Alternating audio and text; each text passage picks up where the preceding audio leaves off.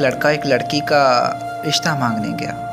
लड़की ने कहा, अगर मुझे खाना ना बनाना आता हो और कपड़े भी ना धो सकूं, तो क्या फिर भी तुम मेरा रिश्ता मेरे वालिदैन से मांगोगे? लड़का मुस्कुराकर बोला, मुझे बताओ, अल्लाह की बंदगी जानती हो? नमाज अदा करना जानती हो? हिजाब से प्यार है? लड़के के पूछने पर लड़की ने बताया कि मुझे ये चीज़ें दिलो जान से पसंद हैं। मेरा इश्क मेरा ईमान है। लड़की ने मुस्कुराते हुए कहा कि बस यही मेरे लिए काफ़ी है। मैं चाहता हूँ कि तुम मेरा आधा दीन बनो, ना कि नौकरानी।